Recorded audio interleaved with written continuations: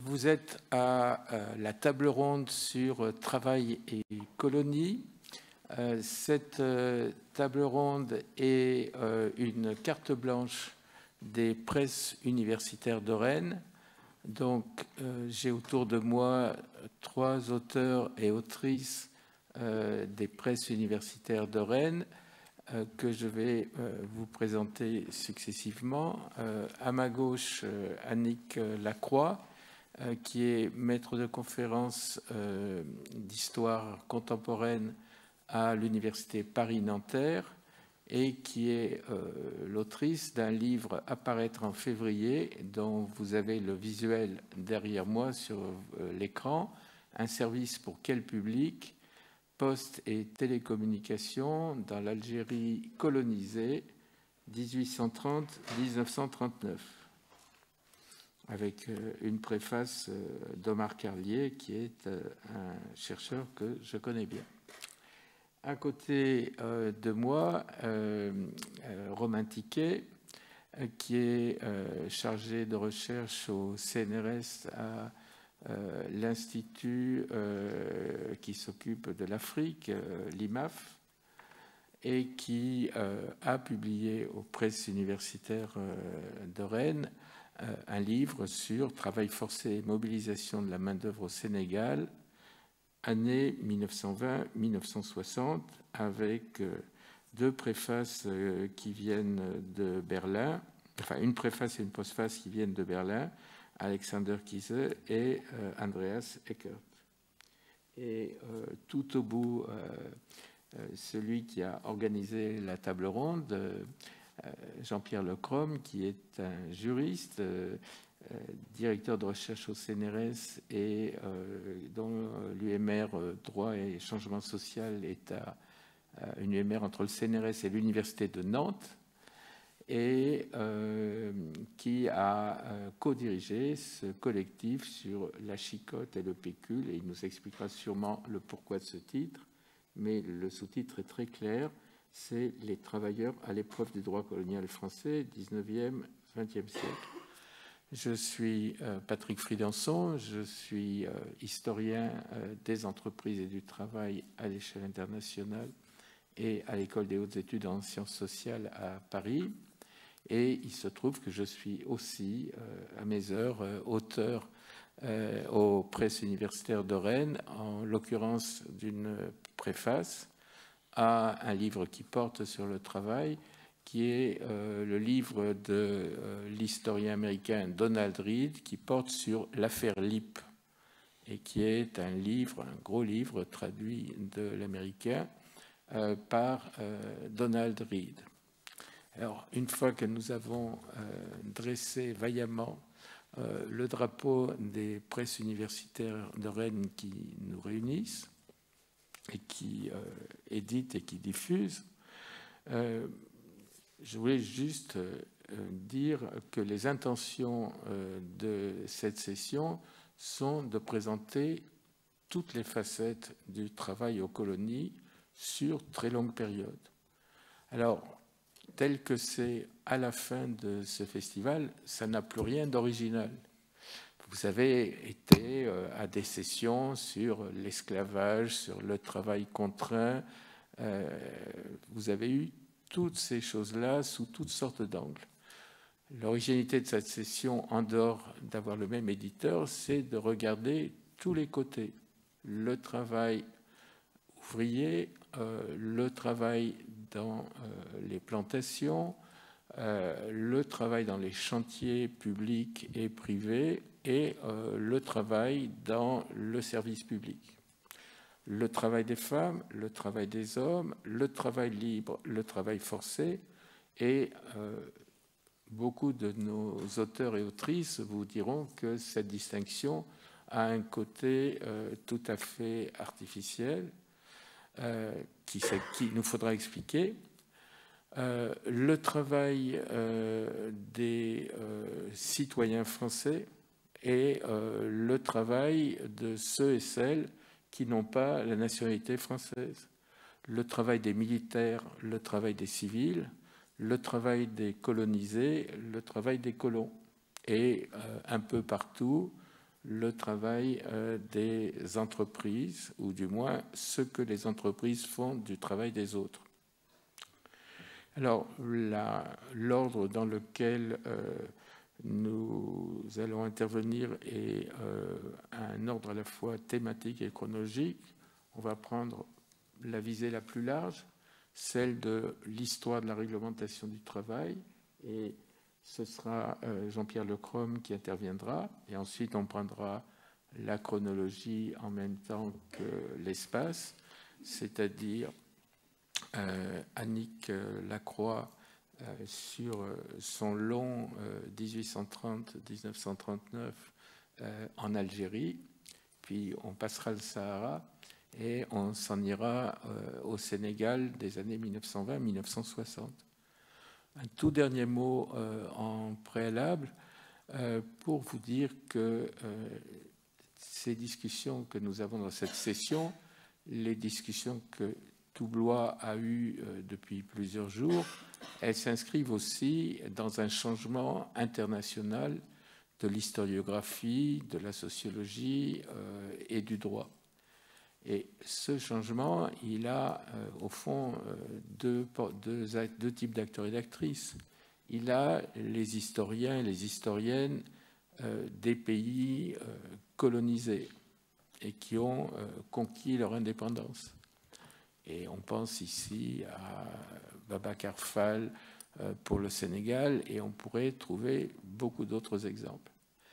Mais ces historiens et ces historiennes, ils couvrent l'ensemble, c'est-à-dire que nous allons, dans ces livres, de l'Indochine, comme on l'appelle à l'époque, jusqu'à l'Afrique subsaharienne et au Maghreb. Mais nous allons aussi aux Antilles. Et enfin, tout ceci n'aurait pas été possible sans la contribution des historiennes et historiens des pays occidentaux qui ont puissamment participé à ce changement de centre de l'histoire du travail. Et je voudrais mentionner ici deux noms. L'un est allemand, celui de Andreas Eckert à Berlin, qui a fait énormément pour pousser à ces changements sur lesquels il travaille lui-même. Et puis le livre tout récent d'un historien américain de Stanford, James P. Doughton, qui a écrit un livre sur l'affaire du Congo-Océan, cette ligne de chemin de fer qui a été bâtie et dont les morts et les maladies ont déclenché un scandale public. Et le titre de son livre, c'est « In Forest of No Joy », dans une forêt qui n'apportait aucune joie. Et c'est paru chez Norton à New York en 2021. Donc, une historiographie toute récente et des débats auxquels vous participerez après avoir entendu nos intervenants. Donc, Jean-Pierre, tu as tes 20 minutes. Merci, Monsieur le Président. Merci, Patrick. Vous m'entendez bien? Vous m'entendez mieux? Bon. Bonjour à tous. Alors, le livre dont a parlé Patrick et qui se trouve ici à votre droite est le résultat, l'un des principaux résultats pour l'instant, d'une recherche collective qui a été menée sur l'histoire du droit du travail dans les colonies. C'est un projet qui a déjà quelques années et qui a principalement rassemblé des historiens du droit, parce que l'histoire ne se fait pas que dans les facultés de lettres et de sciences humaines, elle se fait aussi un peu dans les facs de droit. Et donc, le projet initial était que j'ai initié. Donc, si je le critique, je m'autocritique d'une certaine manière. Il était ambitieux. Il était même peut-être un peu trop ambitieux parce qu'il s'agissait de couvrir l'ensemble des colonies sur une période quand même assez longue. Et donc, l'ensemble des colonies, ça veut dire quoi? Ça veut dire les vieilles colonies, ce qu'on appelait les vieilles colonies, c'est-à-dire les Antilles, la Martinique et la Guadeloupe, la Guyane, l'île de la Réunion, mais aussi les colonies conquises plus tard, au XIXe siècle, principalement à la fin du XIXe siècle, en Afrique et en Asie. Initialement, il y avait aussi l'Algérie, les protectorats marocains et tunisiens, les mandats à partir de la fin de la Première Guerre mondiale, les mandats donnés par la SDN à la France, à la fois au Liban et en Syrie, mais aussi au Cameroun et au Togo. Enfin, bon, vous voyez, il s'agissait de traiter toutes les colonies, quelles que soient leurs différences de localisation ou leur statut juridique, parce que les protectorats, les mandats, les colonies au sens strict n'avaient pas les mêmes statuts, ni même les mêmes ministères de rattachement, puisque, par exemple, les protectorats dépendaient du ministère des Affaires étrangères et que les archives, en tout cas une partie des archives, se trouvent à Nantes, ville d'où je viens, avec l'une des autrices du livre, Dominique Blonze, qui est ici à côté de moi, enfin en face de moi. Donc, sur le plan de la périodisation, j'avais pensé qu'on pourrait commencer au moment où le droit du travail, la législation industrielle, comme on disait, naît en métropole, disons, à la fin du XIXe siècle. Et puis finalement, pour des raisons que je vais vous expliquer sans tarder, on a décidé de commencer en 1848. Voilà. Alors, pour présenter ce sujet, il y aurait deux manières possibles. Il y a une manière, disons, géographique, de prendre les colonies à partir de leurs différences que je viens d'expliquer. Et puis, sinon, la méthode la plus classique, c'est, et surtout quand on est à Blois, au rendez-vous de l'histoire, et qu'on n'est pas à Saint-Dié, par exemple, c'est, parce que Saint-Dié est au géographe, ce que Blois est aux historiens. On va le dire comme ça, Patrick. Bon, donc j'ai choisi une approche hyper classique en trois périodes qui sont marquées par les guerres. Donc la première ira de 1848 jusqu'en 1919, donc la fin de la Première Guerre mondiale, puis de la fin de la Première Guerre mondiale à la fin de la Deuxième, donc 44, 45, 46 même, et puis ensuite la période qui va de la fin de la Deuxième Guerre mondiale jusqu'aux indépendances, qui, comme vous le savez sans doute, se situe plutôt dans les années 50-60. Alors, sur la première période, donc de 1848 jusqu'en 1919, la question de la réglementation du travail concerne surtout les vieilles colonies.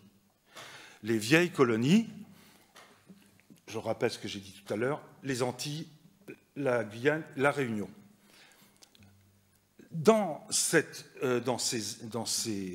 territoires, la question du travail se pose à partir de 1848 avec la fin de l'esclavage. Donc il y a des textes qui sont promulgués à la fois au niveau national, mais aussi, et c'est important, dans chaque territoire, qui libéralisent le travail, mais qui ne le libéralisent que partiellement, parce que les anciens esclaves peuvent être, comment dire, je vais le dire autrement. Le problème, c'est que l'absence de travail constitue le délit de vagabondage. Et donc, dès lors qu'on est considéré comme vagabond, on peut être interné dans des ateliers de discipline qui eux-mêmes vont produire du travail forcé obligatoire. Donc, devant cette situation, il y aurait beaucoup à dire, mais Victor Schœlcher, qui revient d'exil, comment dire, Victor Schœlcher, le père de l'abolition de l'esclavage, de la deuxième abolition, donc il revient en France et il donne un peu de la voix contre cette situation qui existe dans les vieilles colonies. Et comme on l'écoute, on nomme une commission qui s'appelle la Commission sur le régime du travail aux colonies. Moi, j'ai été tout à fait surpris, en allant aux Archives nationales d'outre-mer, de tomber sur ce fonds que personne ne connaissait, un fonds énorme, tout entièrement manuscrit, que j'ai presque entièrement photographié. Et les discussions sont extrêmement intéressantes. assez vive. Victor Schœlcher défendant un point de vue, disons, libéral dans le bon sens du terme. Mais il se trouve que Schœlcher est minoritaire dans cette commission et que les préconisations de cette commission ne sont pas adoptées. Donc voilà, concernant les anciennes colonies, les vieilles, les choses changeront à partir du moment où on commence à codifier le Code du travail, dans 1910, et petit à petit, il va y avoir un alignement progressif de la législation dans ces vieilles colonies sur le droit métropolitain. Alors pour les autres colonies, donc on ne s'y intéresse pas vraiment, mais il y a néanmoins une commission, encore une, qui se réunit en 1912-13, donc un peu avant la Première Guerre mondiale, et c'est le même sujet, c'est le régime de travail aux colonies. Il procède tout à fait différemment. Il y a une enquête qui est menée sur place, je crois que c'est à la Martinique.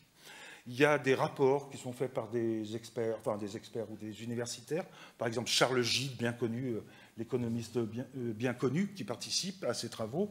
Et puis, il y a un questionnaire qui est adressé par le ministère des colonies, qui était rue Oudinot, je ne sais pas si cette rue existe toujours à Paris, qui demande aux gouverneurs et aux gouverneurs généraux, est-ce que les lois du travail qui existent déjà en France, c'est-à-dire, en fait, il y en avait trois, il y avait la loi sur les syndicats, 1884, la loi sur les accidents du travail, 98, et puis la loi sur les prud'hommes, 1907, je crois que c'était les trois. Mais est-ce que ça vous semble applicable, est-ce que le transfert de ces lois vous semble possible dans les colonies que vous dirigez? La réponse est à peu près unanime, c'est niet. Non, c'est pas du tout, les conditions ne sont pas du tout réunies pour qu'on puisse transférer ces lois dans les territoires que nous dirigeons. Voilà. Alors, par ailleurs, il y a quand même un certain nombre de textes qui existent, des circulaires, beaucoup, quelques décrets qui ont la particularité, j'aurais dû le dire dès mon introduction, qui ont la particularité d'obéir à un principe qui existe depuis le Second Empire, qui s'appelle le principe de la spécialité législative. C'est-à-dire que dans les colonies, un texte dont on dit, un texte métropolitain, dont on dit à la fin il est applicable en Algérie et dans les colonies, en fait, il faut qu'il y ait un autre texte local qui décide que ce soit bien le cas. Donc ça, c'est extrêmement important pour le sujet qui m'intéresse. Bon, voilà, je regarde le temps parce que je sais que le président est assez sévère avec ceux qui ne respectent pas la discipline. Donc, je vais passer directement à mon deuxième moment, qui est la période 1919-1945. 1919, il se passe beaucoup de choses dans le monde qui ont un impact direct plus ou moins direct, sur l'histoire du droit du travail dans les colonies. C'est d'abord la révolution russe. Donc, elle est russe, mais elle essaye de s'étendre un peu ailleurs, comme on le sait, en Allemagne, en Hongrie, etc. Et donc, en Occident, en tout cas, on commence à avoir peur. Et puis, en Occident, il y a des puissances qui sont colonisatrices, puis d'autres qui ne le sont pas. Donc, celles qui ont des colonies, comme la France ou d'autres, se disent que il va peut-être falloir améliorer les choses. Donc, en métropole, en 19, il y a la loi sur les 8 heures, la loi sur les conventions collectives, etc. Et donc, on peut se demander qu'est-ce que ça va avoir comme impact sur ce qui se passe dans les colonies, notamment dans les colonies d'exploitation, celles qui dépendent du ministère des colonies. Donc. Et l'autre aspect, c'est la création de la Société des Nations et de l'Organisation internationale du travail, qui joue un rôle qu'on peut discuter dans la discussion, si vous voulez, je répondrai à une question comme ça, sur le rôle, l'influence de l'OIT, de la SDN et de l'OIT. Bon. Ceci dit, comment, en quelques minutes, parler de cette période qui se finit avec la fin de la Deuxième Guerre mondiale? Je dirais qu'il y a en fait plusieurs catégories de travail. Il y a du travail libre, comme on l'entend en France à la même époque, le travail ordinaire, je dirais. Il y a du travail forcé. On pourrait ajouter, il y a du travail coutumier. Alors, il n'y a pas de réglementation du travail, puisque c'est des coutumes, c'est des usages, mais enfin, les usages, les juristes vous diront, enfin, une partie des juristes, en tout cas, vous dira que c'est quand même du droit. Et puis, on pourrait ajouter l'engagisme, qui est une forme encore un peu particulière. Je vais me limiter ici aux deux, enfin, au travail forcé et au travail libre, mais sans dire grand-chose du travail forcé, puisque Romain Tiquet, je pense, en dira beaucoup plus que moi et beaucoup mieux. Bon, je dirais juste sur le travail forcé que la réglementation concernant le travail forcé n'est pas celle concernant le travail libre. Il y a deux types de réglementation. Le travail forcé, il y a une convention qui est passée à Genève par l'Organisation internationale du travail sur le travail forcé et qui n'est pas adoptée par la France. La France adopte sa propre réglementation où elle explique que le travail forcé ne concerne que les travaux publics, pas le secteur privé. Il faut attendre 1937, je crois, c'est ça, 37, pour que finalement la France adhère à la Convention internationale sur le travail forcé, mais elle y met des réserves qui font qu'en fait ça continue comme avant, et même que ça s'empire pendant la Deuxième Guerre mondiale de manière tout à fait nette.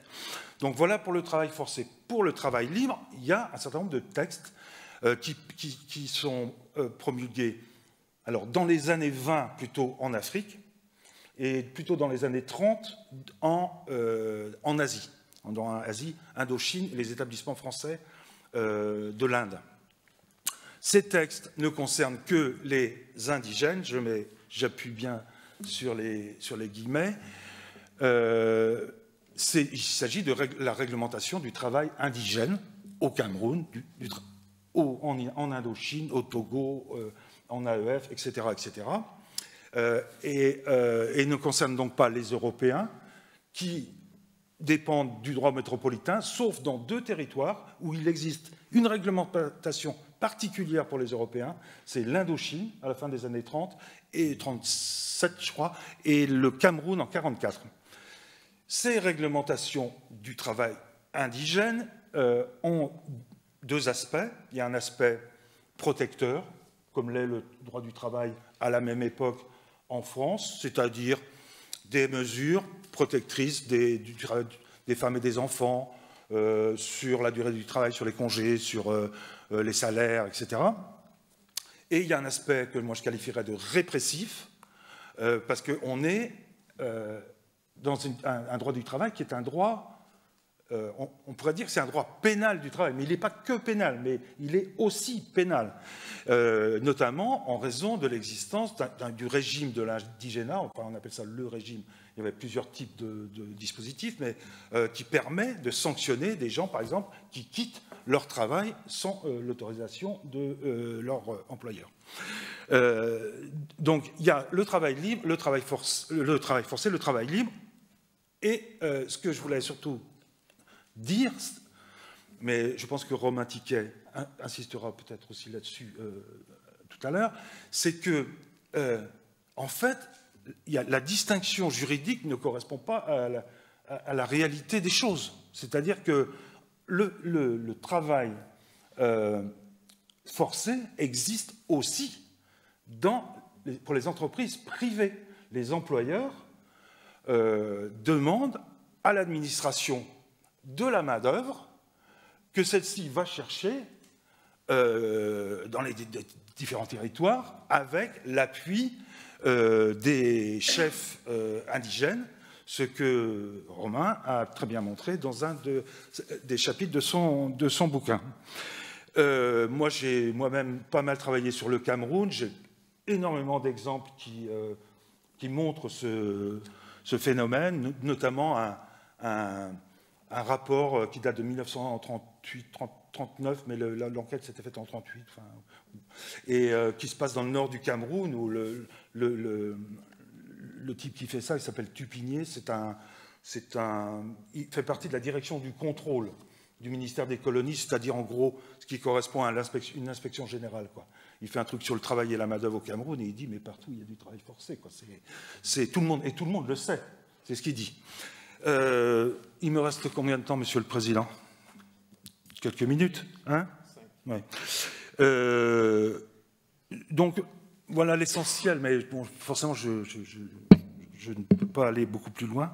Et donc j'en arrive à ma dernière partie sur ce qui se passe après 1945. En réalité, il faut la faire partir en 1944, je crois, parce que en 1944, au début 1944, il y a une conférence qui se tient à Brazzaville, qui est donc la capitale de l'AEF, qui est organisée par le Comité français de libération nationale, présidé par le général de Gaulle, et qui concerne les colonies. Dans cette conférence, la place accordée aux questions de travail et de main-d'œuvre est fort prédominante même.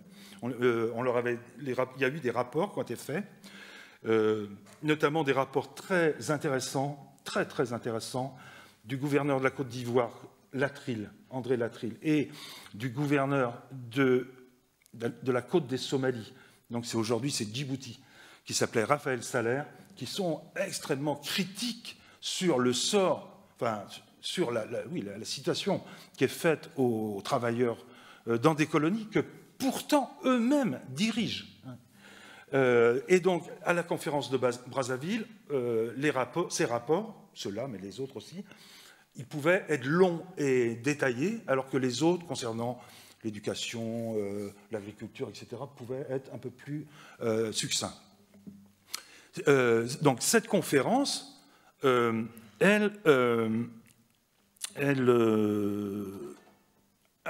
peut discuter, par exemple, Babacar Fall, il dit que Patrick Tridanson a cité, historien sénégalais bien connu sur ces questions, il dit la conférence de Brazzaville, franchement, c'était pas... on ne s'est pas allé bien loin parce qu'ils n'ont même pas reconnu le droit syndical, le travail forcé, ils ont prévu de l'abolir 5 ans plus tard. Enfin, bon, voilà. Ça peut se discuter. Mais, enfin, non, ce qu'il dit là est vrai, mais sur la question de l'influence de Brazzaville, ça peut tout à fait se discuter parce que néanmoins, assez vite après la conférence, il y a eu des initiatives qui ont été prises, soit dans tel ou tel territoire, soit de manière plus générale, quel que soit le type de colonie, avec 3 mesures importantes, à mon sens, et qui interviennent très vite, entre 1944 et 1946. La reconnaissance du droit syndical, le droit syndical n'était pas reconnu, sauf dans quelques endroits, un petit peu au Sénégal, mais sous des formes un peu altérées, un peu au Maroc, Dominique a traité, mais seulement pour les Européens. Donc là, on généralise le droit syndical, et pour moi, c'est important, parce qu'on passe, quand on fait du droit du travail, si vous connaissez un peu la matière, entre les relations individuelles et les relations collectives, il y a quelque chose de différent. Donc dès lors qu'on a des droits collectifs, ça change la nature de la réglementation. Bon, et puis l'autre aspect, c'est la création d'une inspection générale du travail d'outre-mer qui se veut un véritable corps, parce qu'il existait auparavant des inspecteurs du travail, mais c'était des administrateurs coloniaux. Ils n'étaient pas formés comme tels, il n'y avait pas de corps. Donc là, on crée un corps. Donc ça change quand même beaucoup les choses. Ça a été étudié par Florence Renucci, qui connaît bien toutes ces questions. Et après, il y a la question de l'indépendance réelle des inspecteurs du travail par rapport aux gouverneurs dans les territoires où ils travaillent, pose question, au moins jusqu'en 1952. Et puis, il y avait un troisième point, mais tu vas peut-être en parler, donc peut-être c'est sur le travail forcé, donc il décide d'abolir le travail forcé, mais on voit que ça perdure quand même un peu dans certains endroits, et il y a des résistances patronales qui sont quand même très fortes. Moi, j'ai trouvé des dossiers vraiment très intéressants pour la Côte d'Ivoire. Les planteurs de caféiers sont très remontés contre l'abolition du travail forcé. Le discours est apocalyptique, c'est-à-dire on va perdre nos plantations, etc. Donc voilà. Donc il y a, après la guerre, il y a ces trois textes qui sont pris, et c'est important, qui sont pris pour l'ensemble des colonies. Et ça, c'est neuf, parce qu'avant, j'ai oublié de le dire, parce que comme je ne suis pas mes notes, je prends toujours des notes, j'arrive jamais à les lire. Une minute, d'accord. Avant donc avant la fin de la Deuxième Guerre mondiale, les textes, les décrets ne concernent que telle ou telle colonie. Il y a un décret sur l'Indochine, il y en a un autre sur le Cameroun, il y en a un troisième, et puis on peut élargir, il y a au Maroc, en Algérie, etc. C'est encore différent. Hein. Donc, à partir de la fin de la Deuxième Guerre mondiale, c'est général. Et donc, j'en finis avec le point ultime, on va dire, de cette histoire, enfin, ultime, qui est la promulgation du Code du travail des territoires d'outre-mer en 1952. Hein, je me trompe toujours entre 51 et 52. Il y a d'ailleurs une erreur dans le bouquin, c'est mis en 51, c'est en 52. Et alors, en deux, trois phrases, c'est un texte qui est beaucoup discuté au Parlement, mais aussi au sein de l'Union française, qui est très discuté parce qu'au fond, on sent qu'il y a des courants différents. On avait retrouvé ça d'ailleurs avant. En gros, il y a un courant assimilationniste, c'est-à-dire il faut que les territoires, notamment en Afrique, accueillent les normes occidentales. Et puis, il y en a qui disent non, il faut tenir compte des réalités locales. On appelle ça le lugardisme, on voit beaucoup cette expression. Et en réalité, le Code du travail d'outre-mer, et là j'en aurais complètement terminé, penche plutôt du côté du droit métropolitain, parce que c'est à peu près les mêmes règles qu'en droit français, sauf quelques petites différences. Par exemple, il n'y a pas de conseil des prud'hommes, mais des tribunaux du travail avec des gens qui sont nommés et pas élus. Et puis, enfin, dernier point, il n'y a pas de délégués du personnel, par exemple, mais il y a des comités d'entreprise. Non, l'inverse. Il y a des délégués il n'y a pas de comité d'entreprise, mais il y a des délégués du personnel. Merci Jean-Pierre.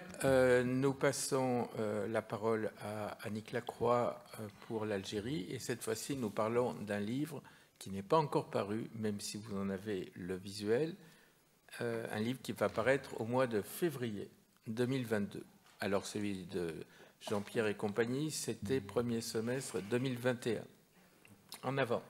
Merci beaucoup. Merci Patrick Frédenson de modérer cette table et aussi merci à vous toutes et tous d'avoir tenu le coup jusqu'à la fin du festival pour être présent avec nous maintenant et pour venir un peu décentrer le regard et regarder les choses aussi depuis des territoires extra-européens, extra-occidentaux. Je pense que c'était important qu'on puisse aussi avoir cette discussion-là. Moi, je vous propose une plongée beaucoup plus localisée sur un territoire, je vais parler de l'Algérie, une plongée sur un secteur en particulier, celui de la fonction publique et plus particulièrement des postes télégraphes et télécom et téléphones, et sur un moment un peu resserré qui sera le premier tiers du XXe siècle, même si dans ma thèse j'ai étudié plus largement la période et on pourra y revenir dans la discussion si vous voulez.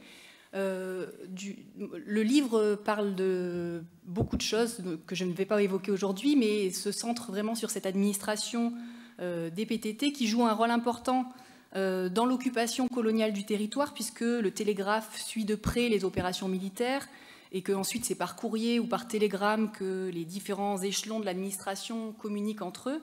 Donc c'est une administration ambivalente qui à la fois assume des missions régaliennes, mais qui offre aussi des services de proximité aux populations et des services qui vont progressivement au cours de la période être demandés ou revendiqués par les populations colonisées. Donc je me suis intéressée à la fois au réseau technique, aux usages et aux usagers de cette administration et à son personnel, et c'est ce point-là évidemment que je vais développer aujourd'hui pour essayer de vous montrer comment cet objet qui est apparemment institutionnel et technique peut être transformé en un véritable projet d'histoire sociale. L'idée, c'était vraiment de déborder le cadre d'une administration particulière pour essayer d'aller regarder comment fonctionnent concrètement les mécanismes de l'interaction et de la domination coloniale dans le cas de l'Algérie. Donc, je propose aujourd'hui une histoire de salariés de la fonction publique. Et ce que je vais essayer de faire là plus particulièrement, c'est d'essayer de me concentrer sur les clivages, les hiérarchies qui sont à l'œuvre au sein du personnel de cette administration, d'essayer d'explorer comment fonctionne la discrimination au travail et de fait, elle fonctionne de manière plus subtile que ce à quoi je m'étais attendue en démarrant cette recherche. Donc on pourra aussi revenir dans la discussion sur d'autres aspects, parce que j'ai aussi travaillé sur les tâches qui sont assignées à ces travailleurs et à ces travailleuses, sur les rythmes et les cadences qu'on leur impose, sur les interactions qu'ils nouent avec les usagers, ou bien sur les revendications qu'ils émettent pour améliorer leurs conditions de travail. Mais là, vraiment, aujourd'hui, je vais plus spécifiquement m'intéresser à la question des hiérarchies et des discriminations dans cette administration. Donc, pour vous donner quelques repères rapidement pour commencer, en fait, les PTT, on peut considérer que c'est l'un des réseaux qui est sans doute les plus maillés sur le territoire, à part peut-être le réseau d'électricité, mais il n'y a pas d'hommes et de femmes qui l'incarnent partout, alors que des bureaux de poste sont présents dans toutes les villes, les villages, et même progressivement dans les douars, dans les villages où ne vivent que les Algériens. Et ils sont présents au nord, dans le Tel, sur le nord du territoire algérien, mais aussi dans les hauts plateaux et puis plus au sud dans le Sahara. Et on peut, en gros, pour donner des ordres de grandeur, il y a autour de 2000 employés des PTT autour de 1904 et ils sont un peu plus de 6500 à la veille de la Seconde Guerre mondiale. Donc ça représente une réalité extrêmement diverse avec à la Poste, au PTT, vous avez à la fois des employés de bureau, des commis, des receveurs, des ouvriers qui installent et qui réparent les lignes, des facteurs qui distribuent le courrier, des gardiens qui font le ménage des bureaux, des opératrices du téléphone aussi. Et donc vous avez des hommes, mais aussi pas mal de femmes, quelques enfants qui distribuent le facteur à partir de 14 ans. Évidemment, vous avez des citoyens et des non-citoyens, je vais y revenir sur cette question, mais aussi des distinctions entre un personnel titulaire et de nombreux employés auxiliaires ou intérimaires, et puis des distinctions entre un personnel qui est actif, qui exerce un service actif, c'est-à-dire comme par exemple les facteurs qui travaillent à l'extérieur des bureaux, et puis un personnel sédentaire qui se voit aussi, pour une partie d'entre eux, assignés à des tâches assez répétitives. Voilà, on pourra discuter de ces réalités au travail. En fait, ces multiples hiérarchies viennent ébranler la conception d'un personnel qui serait uni par l'appartenance à une même administration. Et ce que je voudrais voir avec vous, c'est qu'à la fois la manière dont fonctionne cette administration et la manière dont elle gère son personnel s'inspire beaucoup de ce qui est en vigueur et en pratique au nord de la Méditerranée en métropole, mais que sur certains points précis, on voit des spécificités toutes coloniales qui apparaissent. Donc je vais développer dans un premier temps le cas des femmes, et puis dans un second temps, je vais m'attarder sur la question plus particulièrement du personnel non citoyen ou des Algériens qui entrent dans les rangs de cette administration. Donc, comme en métropole, là pour le coup, il y a pas mal de connexions avec ce qui se passe au nord de la Méditerranée. Les femmes entrent assez largement dans cette administration dès la fin du XIXe siècle, et puis il y a un coup d'accélérateur dans les premières années du XXe siècle, au point par exemple qu'on a 57 femmes dames employées en janvier 1902 et que dans les débuts des années 20, elles sont plus de 700 et qu'elles représentent à ce moment-là quasiment 43% plus de 40% des effectifs au lendemain de la Première Guerre mondiale. Sauf que si on regarde plus en détail les grades dans lesquels elles exercent, on constate très vite qu'elles sont tenues à l'écart de toutes les fonctions du sommet de la hiérarchie et qu'elles sont tenues donc à l'écart. Aucune d'entre elles n'exerce les fonctions de directeur, d'inspecteur. Et elles peuvent être receveuses, mais jamais dans des moyens ou dans des grands bureaux, en tout cas jamais dans des grandes villes. Donc ça, c'est assez intéressant. Elles vont se retrouver cantonnées dans certains types de métiers. Soit elles sont aides, c'est-à-dire notamment dans le milieu rural, ce sont les aides des receveurs, ou bien elles sont téléphonistes, opératrices du téléphone, dames employées qui font un travail au guichet.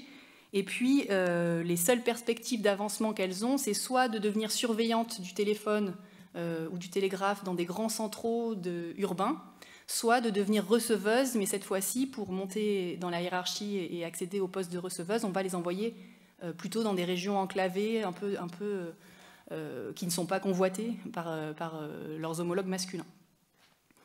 Il n'empêche que sans doute ces emplois au début du XXe siècle confèrent à ces femmes des formes d'autonomie qui leur permettent, pour certaines d'entre elles, lorsqu'elles acceptent des mutations loin de leur famille, de s'extraire aussi de la cellule familiale. En revanche, en termes de réalité de travail quotidienne, ça veut dire pour elles être toujours confinée dans l'espace intérieur des bureaux. Aucune de ces femmes ne va, enfin quasiment aucune de ces femmes, ne va exercer son métier à l'extérieur du bureau. On n'a pas de factrice, sauf de très très rares exceptions. C'est assez proche de ce qui se passe en métropole à la même époque.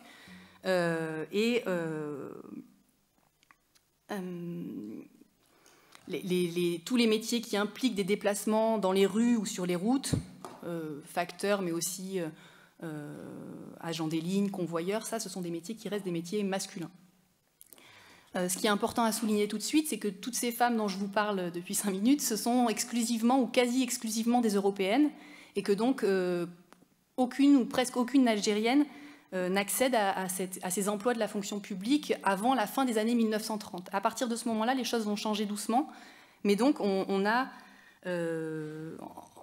des Algériennes qui restent exclues de ces petits emplois de la fonction publique. Alors on peut dire que sans doute la pression familiale les retient en partie, enfin, ou condamne en partie le fait qu'elles travailleraient en dehors de chez elles, ou en tout cas c'est un frein. La vraie raison, à mon avis, ou en tout cas la raison encore plus forte qu'on peut avancer, c'est le fait que ces Algériennes, elles n'ont pas accès à l'école et à l'instruction, et que pour être commise ou receveuse dans un bureau de poste, il faut évidemment savoir lire et écrire. Et donc c'est cette barrière scolaire qui explique largement l'absence des Algériennes. On trouve, voilà, il y a quelques cas. J'ai eu la chance de faire 2 entretiens avec des femmes qui sont aujourd'hui décédées. Malika Boumengel, qui est la veuve de l'avocat Ali Boumengel, qui a été tué par l'armée française pendant la guerre d'indépendance, et qui, elle, a été fille d'un facteur receveur et donc instruite par son père, et puis qui est allée à l'école, et qui avait été auxiliaire dans les chèques postaux à Alger à la fin des années 30. Et puis, voilà, une autre dame aussi qui, elle, avait distribué le courrier dans un village dans les années 30, malgré le fait que, en dépit du fait que ce n'était pas un métier de femme de distribuer le courrier à l'extérieur. J'avance pour avoir le temps, mais voilà, c'est dernière chose que je voulais souligner fortement sur la place des femmes dans cette administration, c'est les forts écarts de salaire entre les hommes et les femmes. Je ne vous apprends rien, mais ceci dit, on peut peut-être simplement noter quelque chose, pour donner un ordre de grandeur. En 1913, aucune femme, j'ai travaillé sur l'annuaire de 1913, l'annuaire du personnel, aucune femme présente dans cet annuaire ne touche plus de 2700 francs par an, alors même que c'est le salaire que touchent au minimum près de 2/3 des hommes. Voilà, ça, on peut juste retenir ça. Voilà, aucune femme ne touche un salaire équivalent à celui de 2/3 des hommes qui sont présents dans cet annuaire. Donc voilà, ça dit quelque chose de la force de ces écarts de salaire entre les hommes et les femmes. Ce qui est intéressant, c'est que j'arrive maintenant à mon autre point, et qu'en fait, sans doute, à grade équivalent, puisque par exemple une dame employée fait le même travail qu'un commis, c'est-à-dire un travail d'emploi de bureau, à grade équivalent, l'écart de salaire entre les hommes et les femmes, il est plus important que celui qui existe au même moment entre les citoyens et les non-citoyens.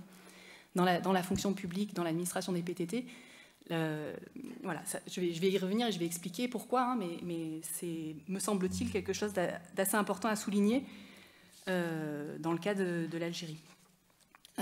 Donc ça m'amène du coup à ce point suivant que je voulais aborder, c'est-à-dire la question de la place des Algériens ou des non-citoyens, puisque les Algériens à cette époque-là sont français, mais qui n'ont pas, qui sont privés de la citoyenneté, et d'essayer de travailler cette question de la discrimination au travail, de mesurer l'accès des Algériens à ces emplois et puis ensuite la place qu'ils occupent dans l'administration.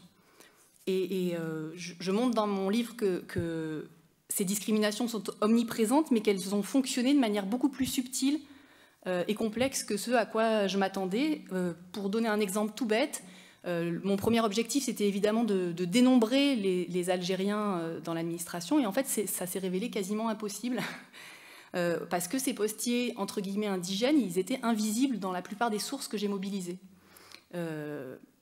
Il n'y avait pas de recensement à part, l'administration des PTT ne produisait pas des statistiques ethniques, si vous voulez, de recensement à part de son personnel dit indigène ou de son personnel citoyen. Au point du coup que pour moi, dénombrer, ce qui était pour moi le degré zéro de cette recherche, était très difficile. Et que si j'avais pas fait attention, j'aurais sans doute pu écrire une grande partie de ma thèse sans jamais parler d'eux, puisqu'ils n'apparaissaient pas à première vue dans les sources. Donc voilà, il fallait déjà comprendre les raisons de cette absence et puis ensuite essayer de comprendre où est-ce qu'ils étaient. Et voilà. Donc première raison, y a un obstacle juridique qui fait que les Algériens, les non-citoyens, n'avaient pas accès à tous les emplois publics. Donc c'est une première raison, et c'est le Senatus Consulte de 1865 qui qui restreint l'accès des Algériens, des indigènes, entre guillemets, à la fonction publique. Donc c'est un obstacle juridique qui est réel. Mais de fait, ça ne concerne que les emplois les plus prestigieux. Le haut du panier, les emplois de directeur, d'inspecteur ne sont pas accessibles pour la population colonisée algérienne. Ce qui, du coup, n'explique pas qu'on ne les voit pas à des grades intermédiaires et subalternes, puisqu'ils avaient pleinement le droit d'être facteurs, d'être commis, d'être receveurs, et que je ne les voyais pas non plus à ces endroits-là.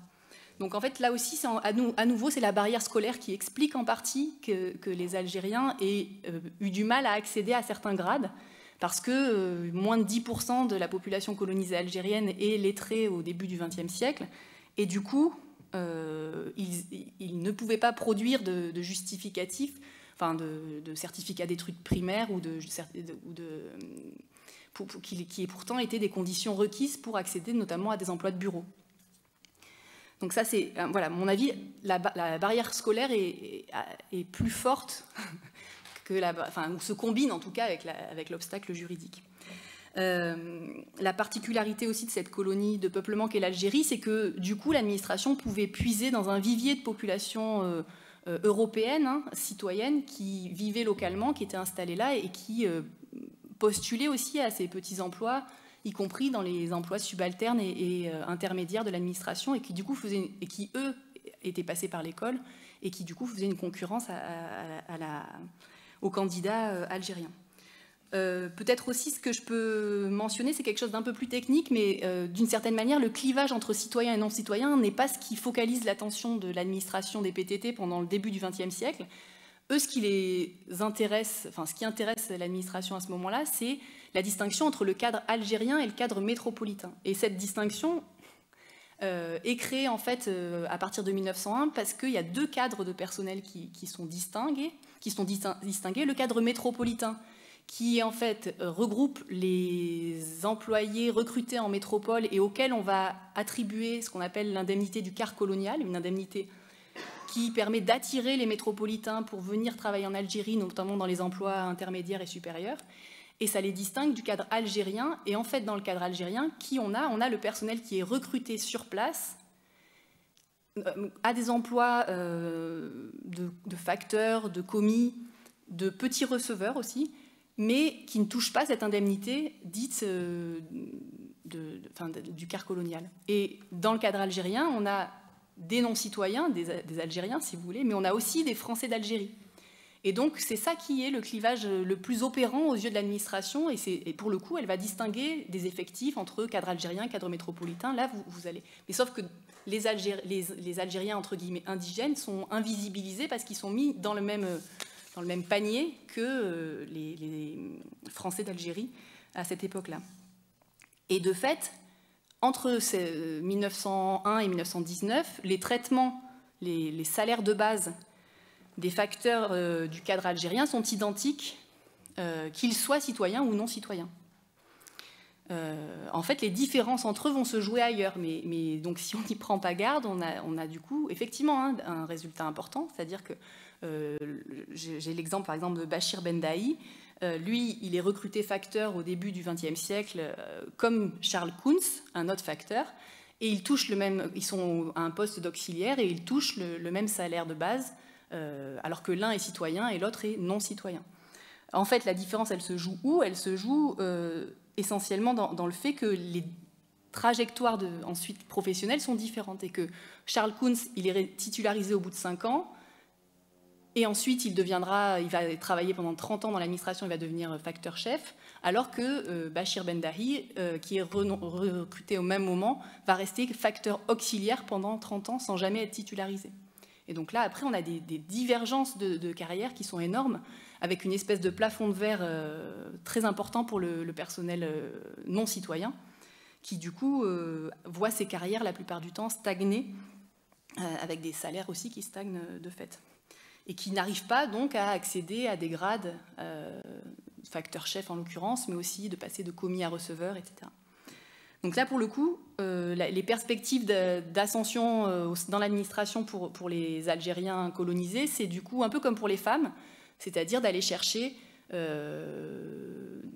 à monter en grade dans des postes qui sont dans des régions enclavées, dans le sud aussi, hein, donc des postes qui ne sont pas convoités du tout, mais qui pour le coup leur permet parfois de tenir des positions plus fermes. Je vois que le temps a passé, du coup je reviens pas sur un dernier point que je voulais aborder, mais qui est aussi comment est-ce qu'on fait pour travailler sur ces questions-là en tant qu'historienne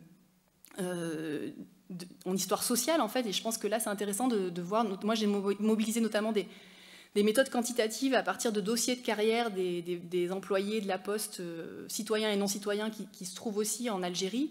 Et donc là, on peut faire des choses très similaires à ce que font nos collègues sur l'Europe ou sur la France métropolitaine, et essayer d'aller dire des choses sur les profils sociologiques à partir de dossiers de carrière qui sont, me semble-t-il, une matière assez riche pour écrire une histoire sociale de cette période-là.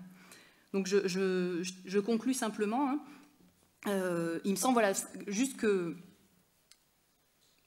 une approche par le travail en situation coloniale, c'est aussi un moyen de revenir à cette question, revenir autrement peut-être à cette question des inégalités de statut, des inégalités définies par le droit entre les sujets et les citoyens, pour voir que ces obstacles juridiques, ils font aussi le terreau d'inégalités sociales et économiques, et que de fait, cette approche par le travail, elle permet aussi de complexifier la dichotomie ou la bipolarité entre colonisateurs d'un côté et colonisés de l'autre, et qu'on arrive peut-être avec des outils de l'histoire sociale assez classiques à venir enrichir cette dichotomie, qu'il ne s'agit pas du tout de minimiser. Hein. En l'occurrence, les discriminations sont partout et les inégalités entre citoyens et non-citoyens restent complètement structurantes, mais qu'on peut l'articuler à d'autres critères de structuration du social, comme le sexe, comme la classe sociale, comme le capital scolaire ou la qualification professionnelle, et que ça nous permet aussi d'enrichir, me semble-t-il, notre appréhension des mondes du travail en situation coloniale.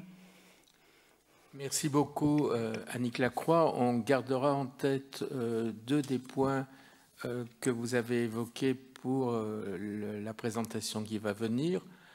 L'un est celui de la visibilité ou de l'invisibilité des moyens de discriminer, et l'autre que vous avez aussi évoqué est la question de trouver des sources qui permettent de déchiffrer ces discriminations et d'aller au-delà de l'invisibilité. Et cela m'amène tout à fait naturellement à Romain Tiquet, qui, parmi d'autres choses, a écrit un article à propos des sources pour faire cette histoire des situations coloniales de travail, un article qui disait « Rendre compte pour ne pas rendre compte ». Pour ne pas avoir à rendre des comptes. Pour ne pas rendre compte, pour ne pas avoir à rendre compte. Romain, vous avez la parole. Merci beaucoup. Vous m'entendez correctement si je parle comme ça? Ouais, ok. Merci beaucoup déjà Jean-Pierre pour l'organisation de cette table ronde. Je rejoins ce que disait Annick dans son introduction sur l'importance du décentrement dans ces rendez-vous, et donc voilà, c'est bien de vous avoir aussi pour ce type de thématique. À chaque fois que je commence à présenter donc ce travail qui est issu de ma thèse, qui est un peu derrière moi maintenant, j'ai une sorte de petit rituel que, en fait, je commence par deux anecdotes que j'évoque dans la préface du bouquin, mais qui m'ont beaucoup marqué, et c'est pour ça qu'il y a un petit côté un peu cathartique de vouloir les redire. Quand j'ai commencé ma thèse en 2011, j'ai rencontré, donc j'étais vraiment jeune doctorant, où j'ai rencontré une collègue et qui m'a demandé ce que je faisais, et j'ai dit que j'allais travailler sur le travail forcé au Sénégal, et elle m'a dit « Ah, mais pourquoi tu fais ça ?» Frédéric Cooper, qui a écrit un ouvrage formidable sur le travail et la décolonisation. Pourquoi tu fais ça? Frédéric Cooper a déjà tout fait. Et quelques mois après, j'ai fait mon premier terrain au Sénégal et aux Archives nationales, et j'ai rencontré c'est pas le directeur des archives, mais qui me demande sur quel sujet je vais travailler. Donc j'ai écrit assez prosaïquement travail forcé au Sénégal, et il me dit, il m'appelait par mon nom de famille, donc il disait, non, Ticket, là, vous ne pouvez pas faire ça, Babacar Fall a déjà tout fait, il faut changer de sujet de thèse. Et ces deux anecdotes, elles ont joué un rôle déterminant en fait dans ma thèse, parce que j'ai eu tout le long de ma thèse de ces 5 années en fait ce poids sur les épaules, à savoir est-ce que mon sujet peut être original ou est-ce que je vais juste réactualiser en fait deux bouquins assez très reconnus, 2 études majeures, donc voilà, le syndrome de l'imposteur, tout ça, on le vit, on continue à le vivre aussi après. Et c'est dommage, mais j'ai trouvé une réponse à ça après ma thèse, mais dans un petit livre que je conseille de Howard Baker, le sociologue. Le livre s'appelle « Les ficelles du métier ». Et il écrit 2 pages qui sont intitulées « Tout le monde sait ça », où il déconstruit en fait l'idée, au final, somme toute évidente, qu'on ne pourrait pas étudier ce qui a déjà été étudié. Et je le cite, et c'est un peu un mantra pour moi.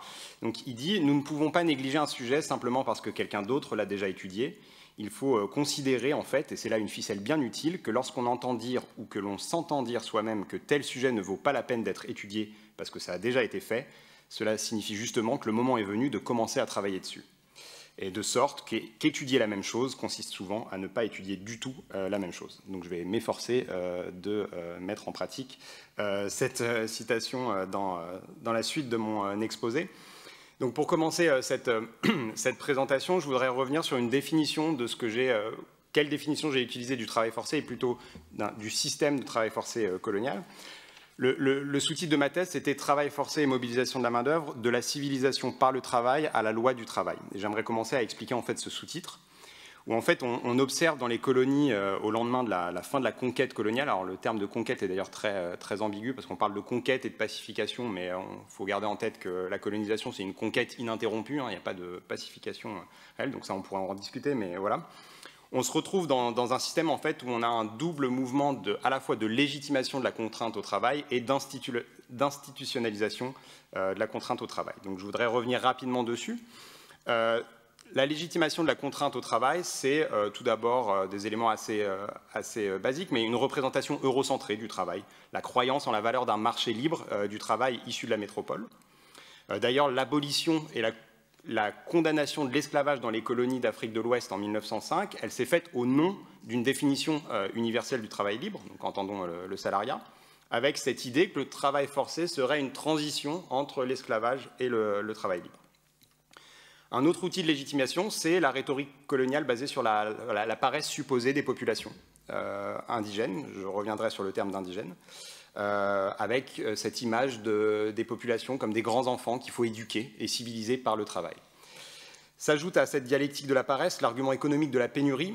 Je l'ai évoqué dans une autre table ronde tout à l'heure, mais la pénurie, c'est un argument un peu fallacieux. Il n'y a pas de rareté absolue dans les colonies. Il y a des bras, il y a des hommes et des femmes pour travailler. C'est juste que, par exemple, dans les entreprises privées, les conditions de recrutement sont tellement mauvaises que les gens ne s'engagent pas volontairement et librement. Il y a l'homo economicus qui regarde l'équilibre entre les avantages et les inconvénients de s'engager. Donc il n'y a pas de pénurie de main-d'œuvre. Il y a juste une absence de mise en place de conditions de travail assez bonnes pour s'engager volontairement. Et donc le travail apparaît comme une valeur morale, une valeur éducative, une valeur de civilisation. Et donc ça, c'est l'aspect civilisation par le travail. Ensuite, on a un deuxième mouvement, qui est celui de l'institutionnalisation de la contrainte. Alors je vous donne aussi là quelques éléments. Jean-Pierre l'a évoqué tout à l'heure, le régime de l'indigénat et la répression du vagabondage, donc un régime de sanctions administratives qui, à la fois, opère une différenciation entre sujets indigènes, la majorité des populations colonisées, et citoyens français. Les sujets indigènes sont soumis au travail forcé, les citoyens français, non. Et donc, ce régime de l'indigénat, c'est une réponse juridique à la double exigence à la fois d'ordre social et de contrôle des populations et de la main-d'œuvre. Alors, il y aurait beaucoup à dire, mais il faut garder juste en tête que tout mène au travail avec ce régime de l'indigénat. On peut difficilement échapper au travail forcé dans sa vie. Et le deuxième aspect d'institutionnalisation de la contrainte, c'est tout simplement en fait, une législation qui codifie des formes de travail forcé. J'y reviendrai dans le détail par la suite. Mais c'est un cadre légal, et là aussi je me répète par rapport à tout à l'heure, mais qui détourne en fait le regard sur les abus potentiels à la réglementation, alors même que le système est abusif par essence. La mise sous contrainte est abusive par essence, mais cette réglementation légalise la contrainte. Donc on se retrouve avec un ensemble de populations, les sujets indigènes, qui se retrouvent en fait face à un filet aux mailles très serré où en fait tout mène au travail et où il est très difficile en fait d'échapper au travail. Un deuxième élément de définition qui est à mon sens important et un élément de contexte, c'est que je commençais mon travail dans les années 20.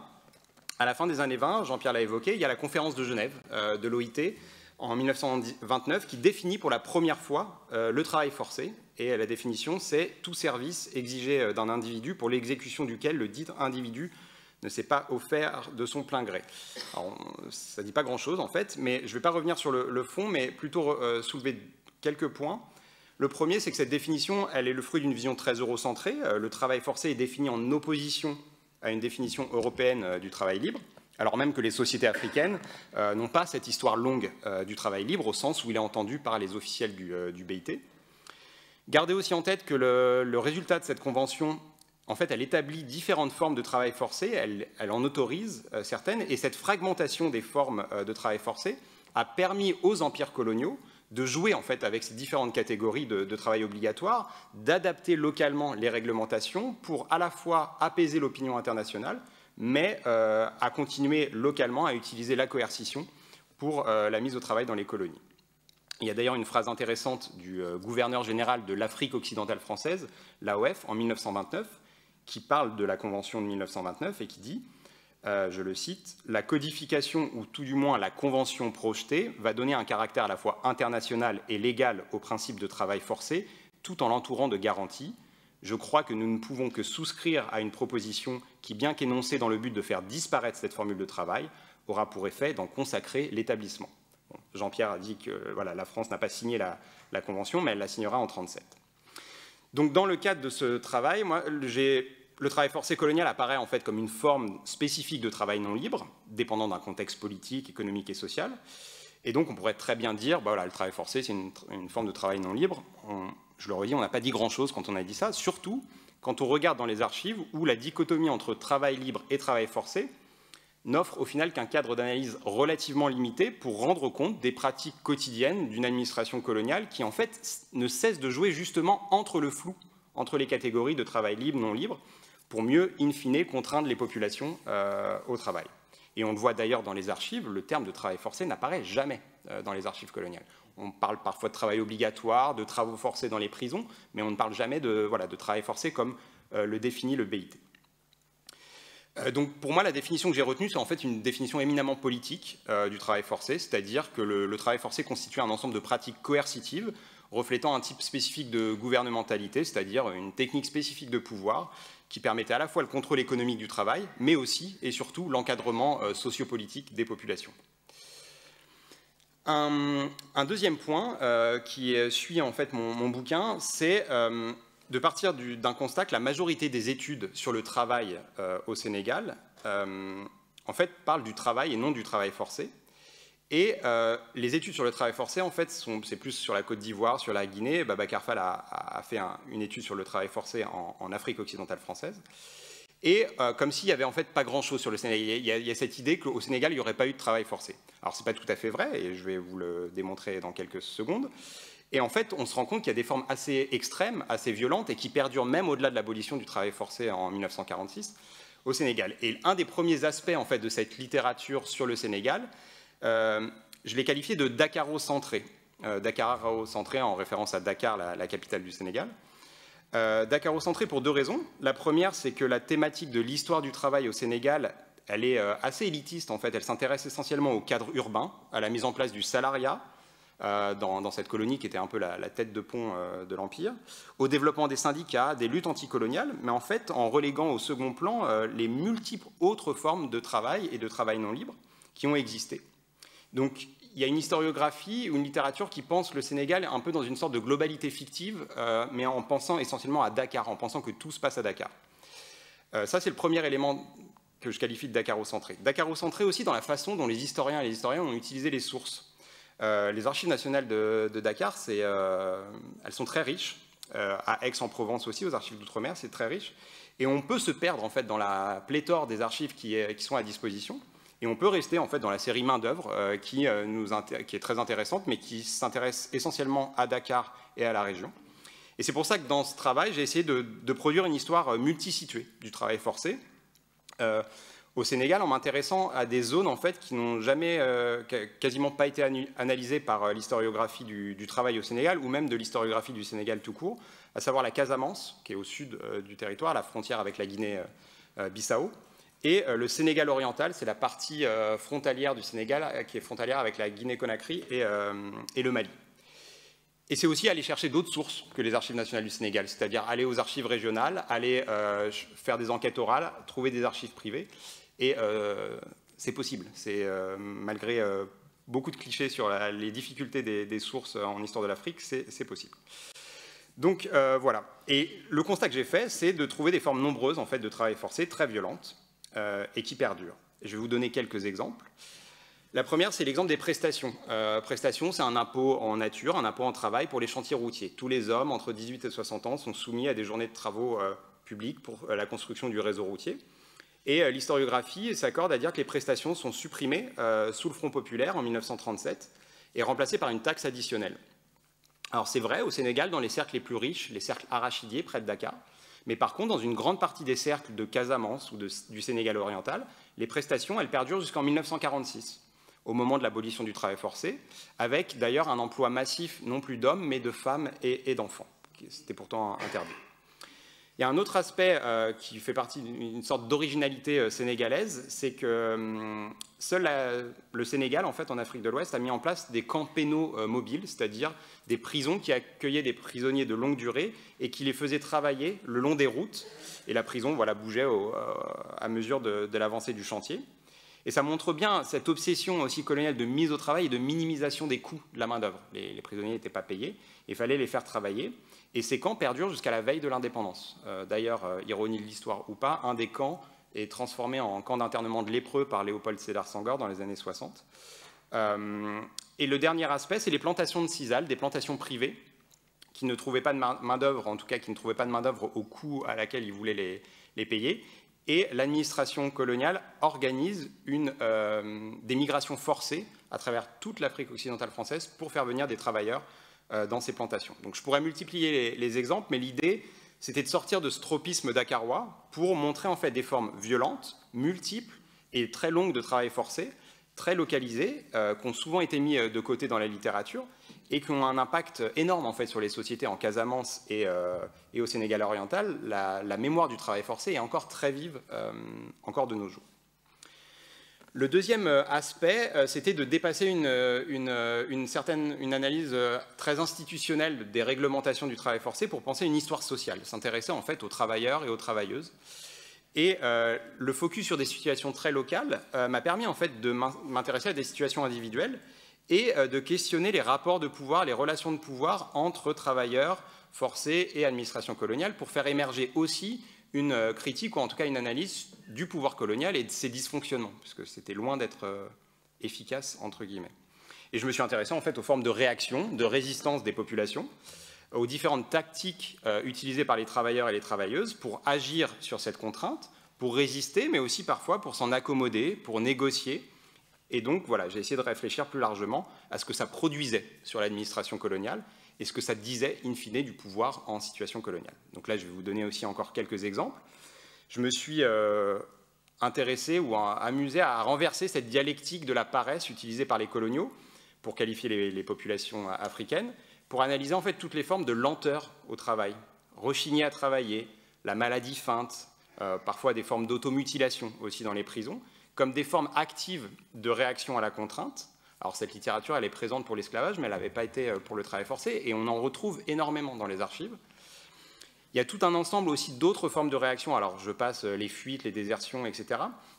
J'ai analysé aussi des formes de réaction sur le thème de la réciprocité et du respect de la dignité. Alors dans plusieurs camps, alors des camps pénaux mobiles de prisonniers et aussi dans les camps de la seconde portion du contingent, qui était une forme militaire de travail forcé, où j'ai analysé des corpus de lettres de travailleurs qui se plaignent des conditions de vie, des conditions de travail, la nourriture, les blessures, etc.